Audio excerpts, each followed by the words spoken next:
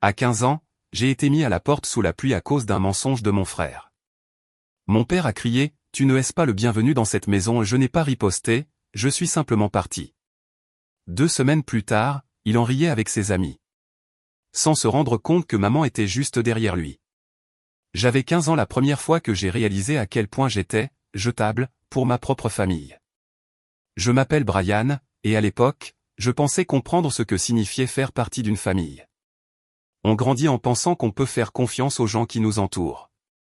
Votre mère, votre père, vos frères et sœurs. On se dit que même si tout n'est pas toujours parfait, les liens du sang signifient quelque chose. Que la famille assure vos arrières, surtout quand le monde ne le fait pas. Je n'étais pas naïf, pas complètement, mais je n'étais certainement pas préparé à ce qui s'est passé cette nuit-là, ni à ce qui a suivi. À première vue, nous ressemblions probablement à une famille normale vue de l'extérieur. Papa était cette présence imposante, bruyant, avec des avis tranchés, un peu vieille école. Il croyait à l'éducation, à la dure, même si la plupart du temps, la partie « éducation » semblait optionnelle. Maman était plus calme, plus douce, celle qui s'assurait que tout ne s'effondre pas. Elle était toujours le tampon entre papa et nous, les enfants. Mon frère aîné, Jake, avait 17 ans et savait manipuler tout le monde comme des pions sur un échiquier. Et puis il y avait moi, 15 ans, moyen à bien des égards. Je ne cherchais pas les ennuis. Je restais dans mon coin, et j'essayais vraiment, de rester hors de la ligne de mire. Mais cela ne m'a pas empêché de devenir le bouc émissaire parfait. Jake et moi étions proches quand nous étions plus jeunes. Je veux dire, on se battait comme n'importe quel frère, mais on construisait des forts dans le jardin, on restait éveillé tard à parler de jeux vidéo, et on faisait même équipe quand nos parents se disputaient. Mais quelque part, au moment où Jake a atteint la puberté et a réalisé qu'il pouvait manipuler les gens, les choses ont changé. Il a compris qu'il pouvait s'en tirer avec presque n'importe quoi, tant qu'il racontait la bonne histoire. Et papa. Mon Dieu, papa buvait ses paroles. Jake pouvait mentir comme un arracheur de dents et s'en sortir avec une tape dans le dos, tandis que je me faisais cuisiner pour des choses que je n'avais même pas faites. Ça a commencé petit. Une lampe cassée par-ci, un chargeur disparu par-là. Jake disait, c'est Brian qui l'a fait. Et c'était tout. Pas de question, aucune chance de s'expliquer. Je me retrouvais puni ou sermonné, et Jake affichait un petit sourire en coin quand personne ne regardait. J'en ai parlé à maman quelques fois, en espérant qu'elle verrait clair dans son jeu, mais elle soupirait juste et me disait d'être le plus mature des deux. Il est plus vieux, mais il se cherche encore, disait-elle. Ignore-le simplement, Brian. Ça ne vaut pas la peine de se battre. Mais si, ça en valait la peine. Je ne savais juste pas comment gagner. Les choses ont vraiment atteint un point critique début octobre, juste au moment où le temps commençait à changer. Cette semaine-là avait été tendue. Papa était stressé par le travail, Jake agissait bizarrement, et maman restait tard à son boulot. Je pouvais sentir quelque chose monter, comme une tempête qu'on ne voit pas mais dont on devine la présence. Et puis, vendredi est arrivé. Je suis rentré de l'école comme d'habitude, j'ai posé mon sac, pris un encas, et je suis allé dans ma chambre pour jouer un peu de guitare. J'apprenais cette chanson qui m'obsédait depuis des semaines. Et pour une fois, je me sentais calme, apaisé, comme si le week-end allait être tranquille. J'étais au milieu du refrain quand j'ai entendu papa hurler mon nom depuis le rez-de-chaussée. Pas juste m'appeler, mais hurler. Le genre de ton qui vous noue l'estomac instantanément. Brian, descends ici, tout de suite. Je me suis figé. Je n'avais rien fait. J'ai repassé tout en revue dans ma tête. Avais-je oublié de faire la vaisselle? Y avait-il une corvée que j'avais ratée? J'ai posé la guitare doucement et je suis descendu, le cœur battant la chamade dans ma poitrine. Papa se tenait dans le salon, les bras croisés, le visage rouge. Jake était assis sur le canapé, fixant le sol, jouant le rôle de l'innocent qu'il avait perfectionné au fil des années. Il y avait un cadre photo brisé sur la table basse. Une photo de notre famille, maintenant éclatée sur le verre comme une sorte de métaphore. Tu me prends pour un imbécile, a lancé papa à la seconde où je suis entré dans la pièce. Jake m'a tout dit. Tu as cassé ça et tu as essayé de mentir à ce sujet. Ensuite, tu lui as ri au nez quand il t'a demandé de l'aider à nettoyer. Ma mâchoire s'est décrochée. Quoi? Non. Je n'ose pas me mentir, m'a-t-il coupé, la voix tonitruante. Jake t'a vu jeter ton sac à dos dessus quand tu es rentré. Ensuite, tu es parti comme si de rien n'était. J'ai regardé Jake, les yeux écarquillés. C'est faux. Je ne suis même pas entré dans le salon. Je suis allé directement en haut. Jake ne m'a pas regardé. Il n'a pas dit un mot. Il continuait juste de fixer le sol, se mordant la lèvre comme si c'était lui la victime ici. Je me suis retourné vers papa, essayant de rester calme. Je te jure que je n'ai pas fait ça. Bien sûr que si, a-t-il aboyé. Tu es toujours négligent, tu cherches toujours l'attention. Tu crois que c'est une blague? Casser des choses, mentir à ce sujet. Je n'ai pas, ça suffit. Va dans ta chambre, et n'espère pas en sortir pour le reste du week-end. Mais. J'ai dit, va-t'en. J'ai ravalé l'envie d'argumenter davantage. Je savais par expérience que rien de ce que je dirais n'aurait d'importance. Une fois que papa avait pris sa décision, c'était fini. J'ai jeté un dernier coup d'œil à Jake avant de me retourner. Son visage était inexpressif, mais j'ai capté l'infime tremblement d'un sourire alors que je m'éloignais. Cette nuit-là, je me suis assis sur mon lit dans le silence. Pas de musique, pas de distraction, juste moi et le sentiment grandissant que quelque chose était brisé. Vraiment brisé. Et pas seulement le cadre photo. Je n'arrêtais pas de penser, pourquoi Jake ferait-il ça? Qu'est-ce qu'il y gagnait? Prenait-il réellement plaisir à me voir être puni? Je n'ai pas beaucoup dormi. Et le week-end n'a fait qu'empirer. Chaque fois que je descendais, j'étais accueilli par des regards froids ou des mots brefs. Jake se pavanait comme l'enfant roi, proposant d'aider à préparer le dîner ou de sortir les poubelles comme s'il était une sorte de saint. Et papa n'y voyait que du feu. Je pouvais me sentir rétrécir à l'intérieur de ma propre maison, comme si je n'y avais plus ma place. Ce n'est que lundi matin que j'ai découvert ce qui s'était réellement passé. Je récupérais mon sac à dos dans le couloir quand j'ai entendu Jake dans la cuisine, parlant à quelqu'un au téléphone. Nan, c'était facile, disait-il en riant doucement. J'ai juste dit que c'était Brian. Il a pété les plombs comme toujours. Mon cœur s'est arrêté. Je me suis approché, respirant à peine. Ouais, mec. Il n'a même pas posé de questions. Il l'a puni pour tout le week-end. Je n'ai même pas eu besoin de faire semblant d'être bouleversé. Ça a marché comme sur des roulettes. Je suis apparu dans l'embrasure de la porte. Jake a sursauté, le téléphone glissant légèrement de son oreille. Ses yeux ont croisé les miens. Et pendant une seconde, nous nous sommes juste regardés. Pas de mots, pas d'excuses. Puis il a souri, et a haussé les épaules. Oups. Je ne sais pas ce qui m'a pris, mais j'ai simplement fait demi-tour et je suis parti. Je ne lui ai rien dit. Je n'ai pas crié, je n'ai pas frappé dans un mur, je n'ai pas pleuré. Je suis juste sorti par la porte d'entrée et j'ai continué à marcher. Je ne savais pas où j'allais, et je m'en fichais. Ma poitrine sonnait creux. Ma gorge était serrée. Je ne voulais pas rester dans cette maison une seconde de plus. Il pleuvait, une pluie froide et régulière. Le genre de pluie qui s'infiltre dans vos vêtements et qui vous glace jusqu'aux os. Je n'avais pas pris de veste. Je n'avais même pas pris mon téléphone. J'étais à 3 pâtés de maison quand j'ai entendu mon nom. Brian. Je me suis retourné et il y avait papa, debout sous un parapluie, le visage tordu par la colère. Qu'est-ce que tu crois faire, bon sang? Je n'ai pas répondu. Tu crois que tu peux juste partir en tempêtant comme un petit morveux dramatique? Rentre à la maison. Non, ai-je dit, à peine au-dessus d'un murmure. Qu'est-ce que tu as dit? Je l'ai regardé droit dans les yeux. Je ne rentre pas, il m'a fixé comme si une deuxième tête m'avait poussé. Puis sa voix est descendue dans un grognement sourd. Tu n'es pas le bienvenu dans cette maison si tu comptes agir comme ça. Je ne me suis pas défendu. J'ai juste hoché la tête, fait demi-tour, et j'ai marché. Je n'ai pas regardé où il allait. J'ai juste continué à marcher. 2 semaines plus tard, je suis revenu. Pas parce que j'avais pardonné à qui que ce soit, mais parce que je n'avais pas vraiment le choix. Je logeais chez la famille de mon ami Carson, dormant sur un canapé-lit dans leur sous-sol. Ses parents étaient gentils, mais je savais que je ne pourrais pas rester éternellement. J'avais besoin de vêtements. J'avais besoin de mes livres d'école. J'avais besoin. Je ne sais pas, de tourner la page, peut-être. Quand j'ai franchi la porte, c'était comme si rien n'avait changé. Jake était sur le canapé, mangeant des chips et jouant aux jeux vidéo. Papa était dans la cuisine, riant avec quelques-uns de ses collègues du garage. Ils étaient bruyants, racontant des blagues et des histoires. Et puis, je l'ai entendu. Ouais.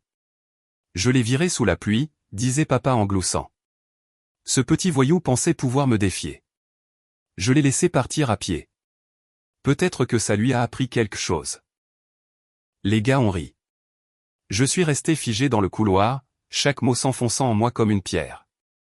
Et puis je l'ai vue, maman. Elle se tenait juste derrière papa, tenant un sac de courses dans une main. Et l'expression sur son visage. Je ne l'oublierai jamais. Elle avait entendu chaque mot.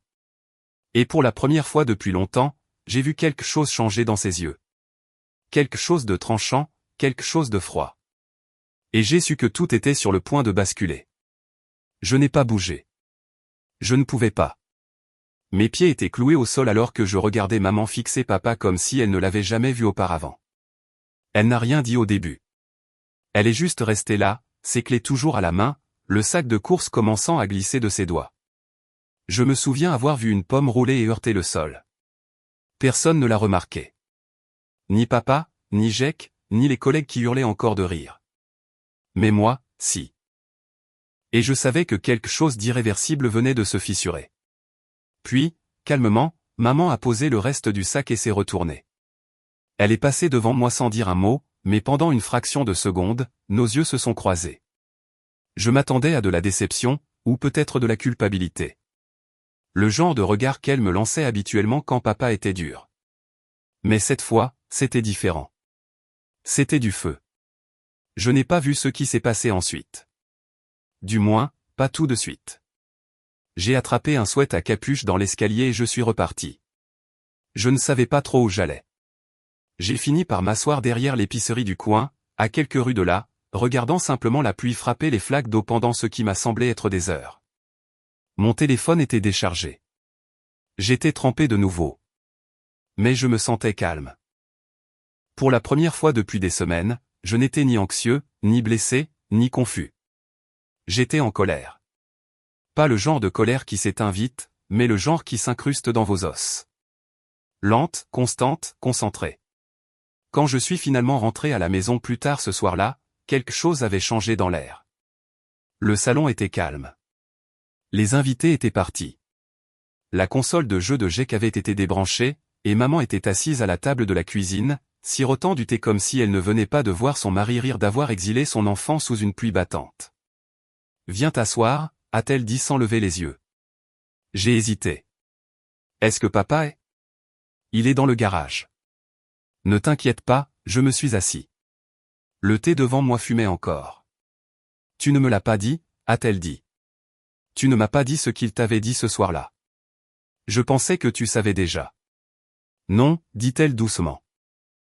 Jake m'a dit que tu étais parti en trombe après avoir cassé quelque chose et hurlé sur papa. J'ai baissé les yeux, la mâchoire serrée. Bien sûr qu'il a dit ça. Mais ensuite j'ai entendu ce que ton père a dit aujourd'hui, a-t-elle ajouté, sa voix plus plate maintenant. Et soudain, beaucoup de choses ont pris du sens. Nous sommes restés assis en silence. Je suis désolé, a-t-elle dit, et j'ai tressailli. Pas à cause des excuses, mais parce que ça sonnait vrai. Trop vrai, comme si elle avait enfin vu tout ce que je vivais en silence. Je n'ai rien dit. Je ne savais pas quoi dire. Mais ce moment aurait dû être le début d'une amélioration. Ce ne fut pas le cas, car c'est à ce moment-là que Jake a réalisé qu'il perdait le contrôle, et il ne l'a pas bien pris. Les semaines suivantes ont été une spirale lente et étouffante. Maman a commencé à remettre les choses en question davantage, demandant à Jake sa version et la mienne, prenant de mes nouvelles en privé, m'accordant le bénéfice du doute d'une manière à laquelle je n'étais pas habitué. Au début, j'avais l'impression d'être enfin vu, mais cela a aussi peint une cible dans mon dos. Jake n'aimait pas qu'on détourne l'attention de lui. Il était habitué à être l'enfant roi, celui qui ne pouvait rien faire de mal, le favori, l'avenir. Et soudain, maman n'était plus suspendue à ses lèvres.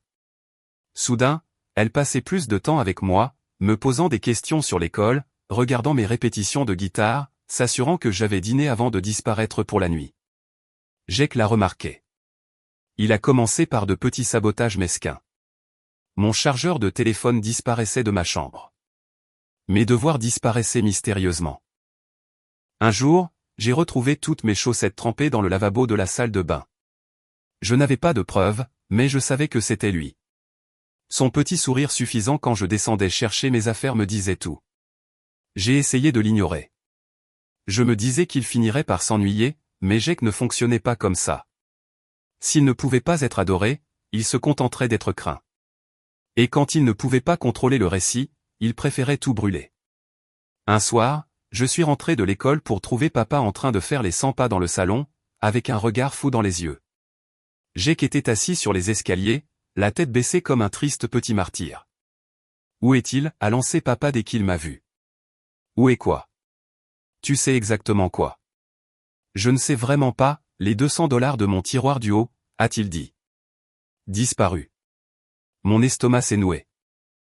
Pas parce que je les avais pris, mais parce que je savais où cela allait mener. Je n'ai rien pris, ai-je dit. Pourquoi est-ce que je... Jake t'a vu entrer dans notre chambre hier. Je cherchais maman. Ne me mens pas. J'ai regardé Jake, qui avait l'audace d'avoir l'air blessé. Je l'ai vu entrer après l'école. Je n'ai rien pensé de spécial jusqu'à ce que je l'entende au téléphone se vanter d'avoir du liquide pour un nouvel ampli. Ma bouche est devenue sèche. Quoi? C'est faux. J'en ai assez des mensonges, a crié papa. Je n'aurais jamais dû te laisser revenir dans cette maison. Je n'ai pas, tu me prends pour un imbécile? Tu penses que je ne remarquerai pas quand de l'argent disparaît le jour même où tu te vantes d'avoir du matériel? Je n'ai jamais dit ça. Demande à Carson. Demande à n'importe qui. Je n'ai rien économisé. Je travaille à l'épicerie du coin tous les week-ends pour payer cet ampli. Tu peux vérifier avec Monsieur Hernandez. Ouais, a ricané papa. On verra ce que dit ton patron. Il est parti en trombe. Je suis resté là, tremblant, non pas de peur, mais de fureur. Et Jake. Jake a juste souri et est passé devant moi comme si de rien n'était. Cette nuit-là, je me suis assis dans mon lit, fixant le plafond, pensant à toutes les fois où j'avais laissé passer les choses, toutes les fois où je n'avais pas riposté. Chaque mensonge raconté par Jake, chaque punition que j'avais subie, chaque fois que papa l'avait cru sans poser de questions. J'ai réalisé quelque chose d'important. Ils voulaient que je reste silencieux. Ils avaient besoin que je le sois. Mais je ne l'allais plus. Le lendemain à l'école, je suis allé voir la conseillère d'orientation. Je lui ai tout dit, pas seulement à propos de l'argent, mais à propos des mois qui avaient précédé. Le schéma, les mensonges, le traitement à la maison. Elle a écouté. Elle a pris des notes. Elle a beaucoup hoché la tête, mais je ne savais pas si cela signifiait quelque chose. Pourtant, ça faisait du bien de le dire à voix haute. Quand je suis rentré cet après-midi-là, papa m'attendait, les bras croisés. Jake était déjà sur le canapé, mangeant des chips comme si de rien n'était. Tu as dit à ton école qu'on te maltraitait, a grogné papa. Je me suis figé. Ta conseillère a appelé. Elle a dit qu'ils ouvraient un dossier. Qu'une personne allait venir faire une visite à domicile. Jake souriait maintenant. Bien joué, Brian. Très mature. Papa s'est approché d'un pas, tu crois que c'est un jeu? Faire venir des étrangers dans notre maison? Tu veux humilier ta famille? Très bien. Mais tu ferais mieux de prier pour qu'ils trouvent quelque chose, parce que s'ils ne trouvent rien, tu es dehors pour de bon. J'ai regardé maman, qui venait d'entrer dans la pièce avec du linge. Ses yeux étaient écarquillés. Tu l'as menacé? A-t-elle demandé. Il essaie de nous ruiner, a aboyé papa. Il veut déchirer cette famille parce qu'il est trop paresseux pour prendre ses responsabilités. Il a 15 ans, a-t-elle claqué. Tu es un homme adulte. Tu n'as pas le droit de menacer ton enfant juste parce qu'il a enfin parlé. Ça a fait taire tout le monde, mais pas pour longtemps. 2 jours plus tard, l'assistante sociale est venue. Elle nous a parlé à tous séparément, a posé des questions, a pris des notes. Je lui ai tout raconté à nouveau. Elle était patiente, mais son visage ne trahissait rien. Je ne savais pas si elle me croyait. Je ne savais pas si quelque chose en sortirait, mais Jake, lui, le savait, et il a paniqué. Le lendemain matin, je me suis réveillé dans le chaos. Maman criait. Papa rugissait. Jake pleurait. Je suis descendu et j'ai vu. Maman tenait le téléphone de Jake ouvert sur une conversation de groupe. Il y avait des captures d'écran, des photos, des messages, des trucs que Jake disait à ses amis. Des choses comme « Regardez ça. Je vais faire virer Brian de nouveau et mon père croit tout ce que je dis. » MDR, il y avait aussi des vidéos. L'une de lui faisant semblant de pleurer après avoir cassé une assiette. Une autre où il se moquait de moi après que j'ai été puni. Tout était là. Tout. Je suis resté là, figé, alors que Jake essayait de se défendre. C'était juste des blagues. Ce sont mes amis. Rien de tout ça n'est vrai. Mais papa n'écoutait pas maman non plus. Et pour une fois, pour une seule fois, le silence n'était pas à moi de le porter. Je pensais que ce serait le moment où les choses changeraient enfin. Que Jake ferait face aux conséquences. Que peut-être, juste peut-être, je serais cru sans avoir à traîner la vérité en pleine lumière. Mais ce qui s'est passé ensuite. C'était pire que tout ce que j'avais imaginé. Parce qu'au lieu d'une punition, au lieu d'excuses, au lieu de justice, ils ont fait de moi le problème, encore une fois. Et ce qu'ils ont fait ensuite. C'était le point de rupture. C'est drôle comme les gens disent toujours que la vérité vous libérera. Comme si, au moment où vous la traînez dans la lumière, tout ce qui est faux allait soudainement se redresser. J'y ai cru pendant longtemps. Je me suis accroché à ce mince espoir que si j'attendais assez longtemps, si je restais patient et que je gardais la tête basse, la vérité finirait par se battre pour moi. Mais elle ne l'a pas fait. Pas au début. Après que la conversation de groupe a été exposée, après que maman a vu les messages et les vidéos et chaque parcelle de manipulation suffisante que Jake avait stockée sur son téléphone, je m'attendais à ce que quelque chose, n'importe quoi, change. Il y a eu des cris. Il y a eu des pleurs. Il y a eu des menaces lancées comme des couteaux à travers le salon. Mais à la fin, rien n'a vraiment changé. Pas de la façon qui comptait, parce que d'une manière ou d'une autre, j'ai quand même fini par être celui qu'on blâmait. Ça a commencé avec papa. Il n'a pas dit un mot au début, il a juste fixé Jake, puis moi, comme si le poids de la vérité était trop lourd pour qu'il admette qu'il avait eu tort pendant des années. Puis il a secoué la tête et a marmonné quelque chose qui me hante encore. Tu aurais pu régler ça en privé. J'ai cligné des yeux. Quoi? Tu n'avais pas besoin d'humilier ton frère comme ça. Tu as fouillé dans son téléphone. Tu crois que c'est correct? Je n'ai rien fouillé du tout. C'est maman. Et de quoi tu parles? C'est lui qui m'a piégé pendant des mois. A menti. M'a fait virer. Il l'a dit lui-même. Il a tout fait exprès. C'est un gamin, a claqué papa. Il apprend encore. Tu aurais dû me parler comme un homme au lieu d'aller pleurer à ton école. Mon cœur a décroché. C'était là, le mur. Même avec toutes les preuves étalées devant lui, même avec les propres mots de Jake résonnant dans la maison, papa ne pouvait pas voir au-delà de sa fierté. Il ne voulait pas la vérité. Il voulait le contrôle. Et à ses yeux, j'avais brisé la chaîne. Maman a essayé de me défendre. Au début, elle m'a défendu ce matin-là, a défié papa d'une manière que je n'avais jamais vue auparavant. Mais ça n'a pas duré. Au dîner, elle était de nouveau silencieuse, distante. Quand j'ai demandé si elle allait bien, elle a juste eu l'air fatiguée. J'essaie de garder cette famille unie, Brian, a-t-elle chuchoté. Tu ne comprends pas à quel point c'est difficile. Je comprenais, mais je savais aussi autre chose, ce n'était plus mon travail de recoller les morceaux.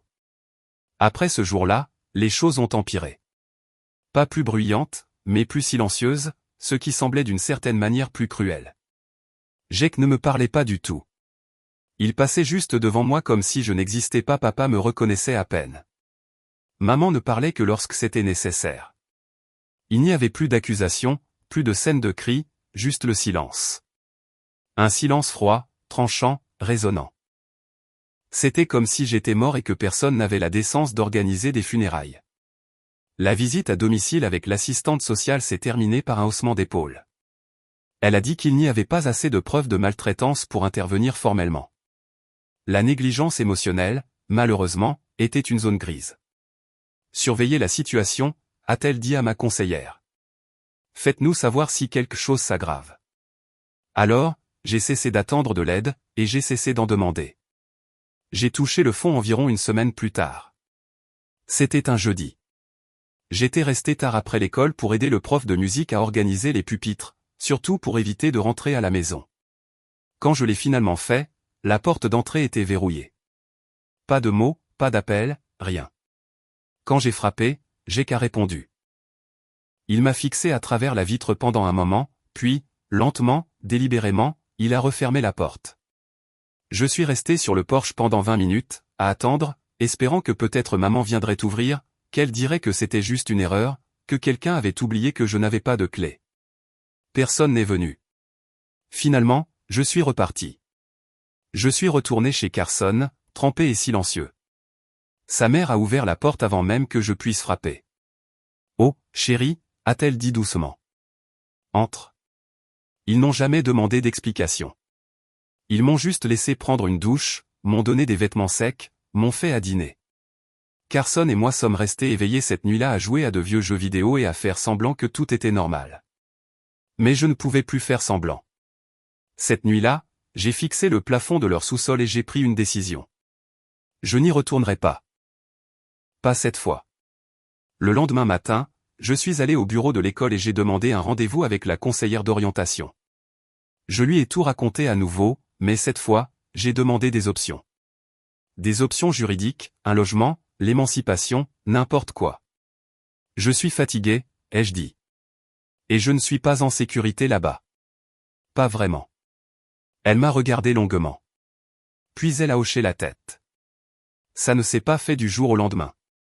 Mais les choses ont commencé à bouger. L'école m'a mis en contact avec un programme d'aide aux jeunes. Ils ont organisé une rencontre avec une assistante sociale spécialisée dans les adolescents à risque. Nous nous voyons chaque semaine. Elle écoutait. Elle écoutait vraiment. Pour la première fois de ma vie, quelqu'un traitait mon histoire comme si elle comptait. Elle m'a aidé à postuler pour un programme de logement étudiant pour mineurs issus de foyers instables. Ce n'était pas facile. Il y avait des entretiens, de la paperasse, des vérifications. Mais les parents de Carson se sont portés garants pour moi. Le prof de musique aussi. Monsieur Hernandez de l'épicerie aussi. Les gens se sont mobilisés pour moi d'une manière à laquelle je ne m'attendais pas. Finalement, j'ai été placé dans un foyer de groupe à 2 villes de là. Ce n'était pas le grand luxe, 3 enfants par chambre, salle de bain commune, corvée tous les jours, mais c'était sûr.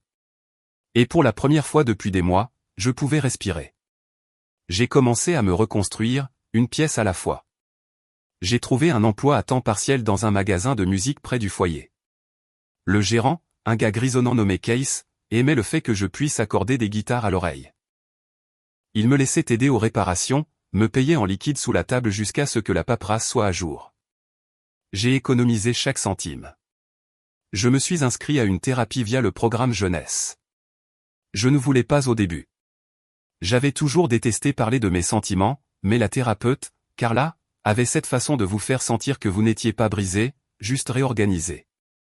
Je lui ai tout raconté, les mensonges, le favoritisme, la façon dont j'avais disparu de ma propre famille, et elle n'a pas essayé de me réparer. Elle m'a juste laissé être. À l'école, les choses se sont lentement améliorées. Le bruit a couru sur ce qui s'était passé, mais pas d'une manière cruelle. Quelques élèves ont commencé à s'asseoir avec moi au déjeuner. Un des élèves de terminale de la fanfare m'a invité à rejoindre son groupe de garage. J'ai dit oui. Nous avons commencé à répéter après l'école, à faire des bœufs dans la cabane de son père. Je n'avais pas réalisé à quel point ça me manquait de faire partie de quelque chose. J'ai aussi commencé à avoir de meilleures notes. Je ne sais pas pourquoi exactement. Peut-être parce que le chaos avait disparu, ou peut-être parce que pour la première fois, je le faisais pour moi. J'ai même gagné une petite bourse pour une chanson que j'avais écrite et soumise anonymement à un concours de musique à l'échelle de l'État. C'était un morceau simple, juste moi et ma guitare. Mais les paroles étaient brutes, honnêtes. Les juges l'ont qualifié de « hantant ». Je n'ai dit à personne que c'était à propos de Jake, ou de papa, ou du fait d'être sous la pluie à 15 ans, attendant devant une porte qui ne s'ouvrirait jamais. La chute a été lente et douloureuse. Mais l'ascension était à moi. Et quelque part au milieu de tout ça, j'ai réalisé quelque chose d'important, vous n'avez pas besoin d'une famille qui vous brise pour vous sentir entier à nouveau. Vous devez juste arrêter d'attendre qu'ils vous guérissent. Je me reconstruisais maintenant, brique par brique, étape par étape. Mais je n'avais pas fini. Pas encore. Parce que même si je voulais aller de l'avant, il y avait encore une partie de moi, au fond, qui avait besoin d'autre chose. Une conclusion. Pas celle qu'on obtient par le pardon, mais celle qu'on reprend de ses propres mains. Et quand cette opportunité s'est présentée, je n'ai pas hésité. C'est étrange la façon dont la colère peut s'installer en vous comme des braises après un feu de forêt. Calme, presque invisible, mais toujours chaude, toujours brûlante.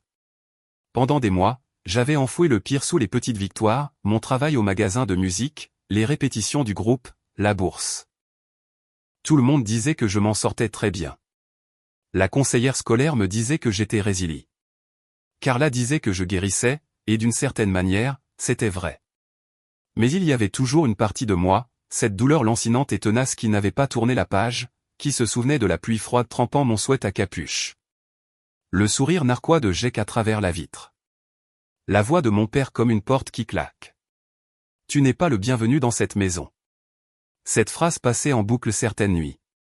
Alors que j'étais allongé dans mon lit au foyer, fixant le plafond, je n'étais pas obsédé par la vengeance. Pas exactement. Je ne voulais pas de violence ou d'une scène dramatique de tribunal où je me lèverais pour les pointeurs du doigt comme dans un film. Non, ce que je voulais était beaucoup plus simple. Je voulais que la vérité compte. Je voulais qu'il ressente ce que j'avais ressenti, et je voulais le contrôle. C'est là que ça a commencé. L'idée, elle est venue lentement, comme un riff de guitare que je ne pouvais pas tout à fait sortir de ma tête. Au début, c'était juste une pensée, puis un plan, puis un projet. Et la première pièce de ce projet, l'information. Les gens oublient que les adolescents observent toujours, écoutent, prennent des notes. Et j'avais passé toute ma vie à faire exactement cela. Je connaissais mon père. Je savais comment il pensait, comment il mentait, comment il se vantait, comment il ne vérifiait jamais les petites choses parce qu'il était trop occupé à gonfler les grandes. Je savais à quel point il tenait aux apparences, au respect, à être le gars que tout le monde admirait dans son cercle. Je savais aussi que Jake glissait, que le masque de l'enfant modèle se fissurait maintenant que je n'étais plus là pour prendre les coups. J'avais encore des amis communs à l'école, des gens qui me racontaient des choses sans savoir qu'ils m'aidaient. Des histoires sur Jake séchant les cours, se battant, répondant aux professeurs. Un gamin a dit que Jake avait commencé à se vanter de pouvoir pirater les notes et modifier les présences dans le système scolaire. Ça a attiré mon attention, alors j'ai commencé à poser des questions, doucement, prudemment. Il s'est avéré que Jake avait trouvé un moyen d'entrer dans le système scolaire, mais pas vraiment par piratage. Un de ses amis avait un grand frère qui travaillait au service informatique du district. Ils avaient trouvé une porte dérobée dans le portail de l'école en utilisant un compte administrateur partagé et un mot de passe que quelqu'un avait bêtement laissé sur un post-it dans le labo. Jake l'utilisait depuis des mois, non seulement pour corriger ses notes, mais pour supprimer des absences, soumettre de faux devoirs. Il a même ajouté une activité parascolaire à son relevé de notes qui n'existait pas, et personne n'a rien remarqué. C'était la beauté du favoritisme, tout le monde lui accordait le bénéfice du doute. Je ne l'ai dit à personne. Pas encore. Parce que je n'étais pas prêt à agir. Pas avant que la prochaine pièce ne tombe en place, ce qui est arrivé environ 2 semaines plus tard. Je travaillais au magasin de musique quand Case, le propriétaire, m'a pris à part et m'a tendu une épaisse enveloppe. « C'est quoi ça ?» ai-je demandé. « Ton prix du concours ? Ils l'ont envoyé ici puisque tu as indiqué le magasin comme adresse postale principale. » Malin, au fait. Je l'ai ouverte. À l'intérieur, il y avait un chèque. 2000 $. Plus que ce à quoi je m'attendais. Assez pour une nouvelle guitare. Peut-être même assez pour mon propre ordinateur portable d'occasion. Mais je ne l'ai pas dépensé. Pas encore. Parce que maintenant, j'avais les moyens et le mobile. Et juste une dernière chose à faire. J'ai contacté Carson ce soir-là. Nous n'avions pas beaucoup parlé ces derniers temps, nous nous étions juste éloignés comme les gens le font, mais il était toujours la seule personne qui avait vu ce qui m'était arrivé en temps réel. Il n'a pas hésité quand j'ai demandé à le voir. On a pris des burgers et on s'est assis dans son allée comme si on avait 13 ans à nouveau, parlant de rien pendant un moment avant que j'aborde le sujet. J'ai besoin d'un service, ai-je dit. Carson a haussé un sourcil. Quel genre de service? Rien d'illégal. Juste discret. Il a hoché la tête lentement. Je t'écoute. Je lui ai parlé de GEC, du système, des fausses notes, de l'identifiant administrateur. Les yeux de Carson se sont écarquillés. Mec, c'est un crime fédéral. Seulement si je l'expose mal, ai-je dit. Je ne veux faire arrêter personne. Je veux que l'école sache. Je veux que mes parents sachent. Je veux que tout s'effondre. Pas parce que je l'aurais crié sur les toits, mais parce qu'il se le sera fait à lui-même. Carson a souri. D'accord, je suis partant. Mais comment? C'est là que je lui ai raconté le reste du plan. Nous allions rassembler des preuves, pas seulement des captures d'écran, mais de la vidéo, de l'audio, quelque chose qui serait impossible à nier. Quelque chose que je pourrais laisser tomber comme un marteau au moment opportun. Et le moment opportun, ce serait la soirée d'honneur des familles. Ça avait lieu chaque printemps. Une cérémonie stupide que l'école organisait pour les élèves et les parents afin de célébrer l'excellence académique et le caractère moral. Jake devait recevoir 3 faux prix, un pour ses résultats scolaires, un pour son leadership parascolaire, et un pour le mentorat par les pairs, quoi que ça veuille dire. Mes parents prévoyaient d'y assister, bien sûr.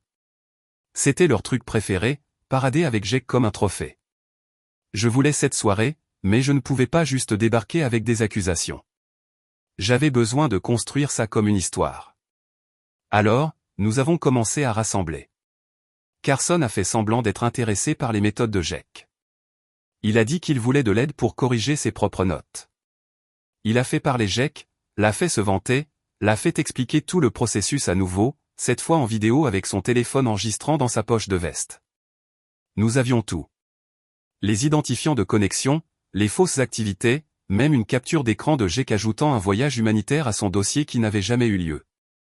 Pendant ce temps, j'ai contacté le comité du concours de la bourse musicale. Je leur ai dit que je voulais faire don d'une partie de mon prix anonymement pour financer de futures participations pour des enfants en foyer d'accueil. Ils ont adoré l'idée. Ils m'ont demandé d'assister à la soirée d'honneur pour recevoir un certificat spécial devant la foule. Parfait. Maintenant, j'avais une raison d'être là. Le jour de l'événement, j'ai porté un blazer emprunté et je me suis tenu à l'écart pendant que Jake et mes parents faisaient des ronds de jambes avec le personnel. Ma mère m'a repéré la première. Son visage a changé. Choc, puis hésitation, puis quelque chose qui ressemblait presque à de la culpabilité. « Brian », a-t-elle dit, « je ne savais pas que tu venais. » J'ai été invité, ai-je dit simplement. Prix de la bourse. Jake s'est retourné au milieu d'un rire et a blêmi en me voyant. « Qu'est-ce que tu fais là ?» J'ai souri. « Oh, juste là pour soutenir la famille. » N'est-ce pas le but de cette soirée? Papa n'a pas dit grand-chose. Il m'a juste toisé et a grogné. Typique. La cérémonie a commencé. Les noms ont été appelés. Les applaudissements ont résonné. J'ai reçu mon certificat et je suis descendu de scène avec un sourire crispé. Puis ce fut le tour de Jake. Ils ont énuméré ses accomplissements, ses notes, ses clubs, son mentorat, et alors que les applaudissements retentissaient, Carson s'est glissé au dernier rang où je me tenais. Il m'a tendu une clé USB. J'ai hoché la tête. C'est l'heure. Je me suis approché de la directrice après la cérémonie, juste au moment où elle félicitait mes parents. J'étais poli, j'ai souri, j'ai dit qu'il y avait quelque chose que je devais lui montrer, quelque chose d'important concernant le système en ligne de l'école. Elle a eu l'air confuse, puis inquiète. Je lui ai tendu la clé. Tout est là-dessus, ai-je dit. Vous voudrez regarder ça attentivement. Elle a posé des questions. Je n'y ai pas répondu. Pas à ce moment-là. Je lui ai dit de m'envoyer un email si elle avait besoin de clarification. Puis je suis parti. 2 jours plus tard, j'ai reçu le message. Une demande formelle de déclaration. Jake faisait l'objet d'une enquête pour malhonnêteté académique. Mais ce n'était pas la meilleure partie. Non, la meilleure partie est venue plus tard, quand tout ce que j'avais construit s'est enfin mis en place. Quand ils ont découvert, et les retombées. C'était plus que ce à quoi je m'attendais. Quand la directrice m'a envoyé un email pour me demander une déclaration formelle, j'ai su que les dominos avaient enfin commencé à tomber. Ce n'était pas instantané. Rien dans la vraie vie ne l'est jamais. Mais au moment où j'ai accepté de la rencontrer avec 2 administrateurs du district le jour suivant, je pouvais pratiquement sentir l'équilibre du pouvoir basculer. Ils m'ont accueilli dans une petite salle de conférence avec une carafe d'eau sur la table et un bloc-notes posé devant chaque chaise. C'était calme, professionnel et sérieux, d'une manière qui me faisait suer des mains même si je savais que je n'avais rien fait de mal. Ils ont passé les vidéos. Ils ont posé des questions réfléchies, prudentes. Ils ont examiné les captures d'écran. Ils ont même reconnu les identifiants d'administrateurs compromis que j'utilisais. Apparemment, une réinitialisation de mots de passe était passée inaperçue des mois auparavant. Quand ils ont eu fini, l'une des administratrices du district a expiré lentement et a posé la dernière capture d'écran imprimée comme si elle pesait 50 kilos. « Merci, Brian », a-t-elle dit. C'est une brèche très significative. Et le fait qu'un élève ait utilisé un accès administrateur pour modifier des dossiers académiques est extraordinairement grave. Je n'ai pas jubilé. Je n'ai pas souri. J'ai juste hoché la tête. « Quand allez-vous lui dire ?» ai-je demandé. « Nous allons l'informer, lui et ses parents, aujourd'hui », a dit la directrice. Ainsi que ses professeurs et possiblement le conseil d'administration, selon ce que nous trouverons d'autres. Qu'en est-il des autres élèves, ai-je demandé. Ceux qui l'a aidé à changer leurs notes? Cela dépend de l'étendue de la manipulation, a-t-elle dit. Nous devons tout auditer. Mais Brian, tu as fait ce qu'il fallait. Ce qu'il fallait. Les gens lancent ces mots si légèrement. Mais les entendre de quelqu'un d'extérieur à ma famille, quelqu'un qui n'avait aucune raison de mentir, aucun motif ultérieur, m'a frappé plus fort que je ne l'avais prévu. J'ai quitté la réunion en sachant que la mèche avait été allumée. Et tout ce que j'avais à faire maintenant, c'était de m'asseoir et de regarder. L'explosion a eu lieu 3 jours plus tard. J'étais au magasin de musique, en train de changer les cordes de la guitare d'un client derrière le comptoir, quand mon téléphone a sonné. C'était maman. Pas un texto, pas un message vocal, un appel. J'ai hésité, mais j'ai décroché. Allô? Brian. Sa voix était mince, tendue. Est-ce que tu peux rentrer à la maison, s'il te plaît? Nous devons parler. Je n'ai dit ni oui ni non. J'ai juste dit que j'y penserais et j'ai raccroché.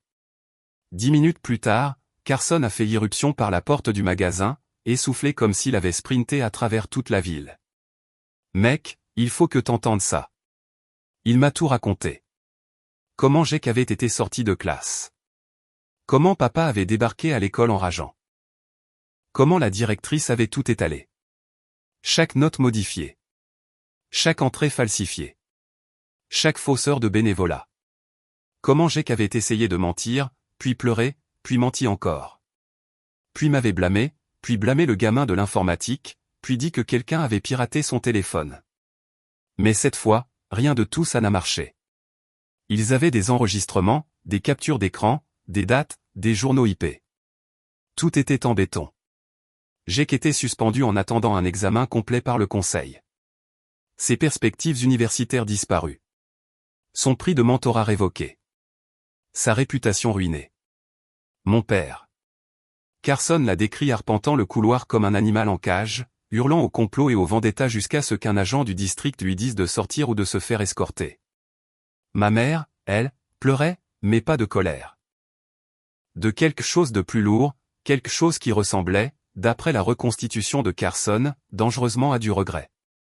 Plus tard dans la soirée, après mon service, j'ai décidé d'y aller. Pas pour eux, pour moi. J'avais besoin de voir les retombées de mes propres yeux. Pas par méchanceté, mais pour clore le chapitre complètement. Pour laisser mon moi plus jeune, celui trempé par la pluie, rejeté et ignoré, être enfin témoin de la justice sans être réduit au silence. Quand je suis arrivé, la maison était chaotique. Le salon était en désordre. Des papiers partout. Une lettre froissée du conseil scolaire trônait sur la table basse. Papa était dans son fauteuil, la tête dans ses mains, respirant fort. Jake était assis sur le canapé, le visage couperosé et rouge, les yeux gonflés. Il ne pleurait plus. Il était vide. Creux, comme si quelqu'un avait aspiré toute la fanfaronnade et l'arrogance hors de lui et n'avait laissé qu'un gamin effrayé. Maman m'a vu la première. Brian, a-t-elle chuchoté. Merci d'être venu. Papa a levé les yeux vers moi avec un mélange de colère et de quelque chose qu'il n'avait pas l'habitude de ressentir, l'incertitude. Jake n'a pas levé les yeux du tout. J'ai fermé la porte derrière moi et je suis entré dans la pièce comme si je n'étais pas le même gamin de 15 ans qu'ils avaient jeté sous la pluie. Maman a pris une inspiration tremblante. Nous savons tout. L'école nous a montré les preuves. Ils ont dit que tu les avais fournis, a claqué papa. Alors, tu complotais ça depuis des mois. Je n'ai pas réagi. Non, je vivais ma vie. C'est lui qui a falsifié des notes, inventé des activités, manipulé un système scolaire et s'en est vanté à ses amis. Papa s'est levé. Tu voulais ruiner ton frère. Non, ai-je dit calmement. Il s'est ruiné tout seul. J'ai juste arrêté de couvrir les dégâts. Jake a enfin levé les yeux rouges, la mâchoire tremblante. Tu m'as piégé, a-t-il chuchoté. Non, tu m'as piégé pendant des années, ai-je répondu. Tout ce que j'ai fait, c'est dire la vérité à des gens qui écoutaient vraiment. La pièce était si silencieuse. Je pouvais entendre le réfrigérateur ronronner dans la cuisine. Maman s'est essuyé le visage. Brian, pourquoi tu n'es pas venu nous voir? Pourquoi tu ne nous as pas donné une chance d'arranger ça? J'ai ri doucement, pas par humour, mais par incrédulité. J'ai essayé pendant des années. Je vous ai parlé des petites choses, des mensonges, du favoritisme. Vous m'avez toujours dit d'être le plus mature. Vous m'avez toujours dit de ne pas causer de problème. Et puis vous avez regardé papa me virer sous la pluie à cause de quelque chose qu'il avait inventé. Et quand l'école est intervenue, vous m'avez tous les deux traité comme un problème au lieu d'un fils. Maman a tressailli. Papa a serré les poings. Jake avait l'air de vouloir disparaître. J'ai continué, la voix stable, contrôlée, presque douce. Je ne suis pas venu ici pour me battre. Je ne suis pas venu ici pour vous regarder vous effondrer non plus. Je suis venu parce que j'avais besoin que vous entendiez ça une fois, clairement, et sans interruption. J'ai pris une respiration. J'ai fini. Papa a ricané. Qu'est-ce que ça veut dire? Ça veut dire, ai-je dit, que vous n'avez plus de pouvoir sur moi. Je construis ma propre vie. J'ai un travail, un endroit où vivre, des gens qui me soutiennent. Je ne suis pas là pour réparer quoi que ce soit. Je suis là pour fermer la porte que vous m'avez claquée au nez quand j'avais 15 ans. Maman s'est avancée. Alors c'est tout? On te perd? Vous m'avez perdu la nuit où j'ai supplié pour rentrer et où personne n'a ouvert la porte, ai-je dit. Ce soir n'est pas une question de perte. C'est une question de compréhension. Jake a enfin parlé à nouveau, d'une petite voix. Brian, je suis désolé. Je l'ai étudié. Peut-être qu'il le pensait. Peut-être pas. Mais ça n'avait pas d'importance parce que je n'étais plus le gamin qui avait besoin de ses excuses. J'espère, ai-je dit doucement, que tu as appris quelque chose de tout ça. Pas parce que tu t'es fait prendre, mais parce que tu as enfin ressenti ce que c'est que d'affronter les conséquences que tu m'infliges depuis des années. Il a détourné le regard. Maman pleurait à nouveau. Papa était silencieux de colère, ou de honte, ou des deux. Peu importait. Je me suis dirigé vers la porte. Maman a chuchoté, est-ce qu'on te reverra un jour? Peut-être, ai-je dit honnêtement. Mais pas comme ça. Pas avec moi suppliant pour de l'espace ou de la justice. Si vous voulez faire partie de ma vie un jour, vous devrez venir vers moi. J'ai fini de marcher seul. Et sur ce, je suis parti. Pas de claquement dramatique, pas de cri final, juste le clic discret de la porte derrière moi alors que je sortais dans l'air frais de la nuit. Le foyer m'attendait. Ma guitare m'attendait. Mon avenir, celui que j'avais construit de mes propres mains, m'attendait. Et pour la première fois, le poids sur ma poitrine avait disparu. Complètement disparu. Alors que je marchais dans la rue, passant devant la maison que je ne craignais plus, j'ai réalisé quelque chose d'important. La vengeance n'était pas de détruire la vie de quelqu'un d'autre. C'était de réclamer la sienne. Et je l'avais enfin fait. Je ne me suis jamais retourné. Parce que parfois, la victoire la plus bruyante est simplement de s'éloigner, et de vivre une vie qu'il ne vous croyait jamais capable d'avoir.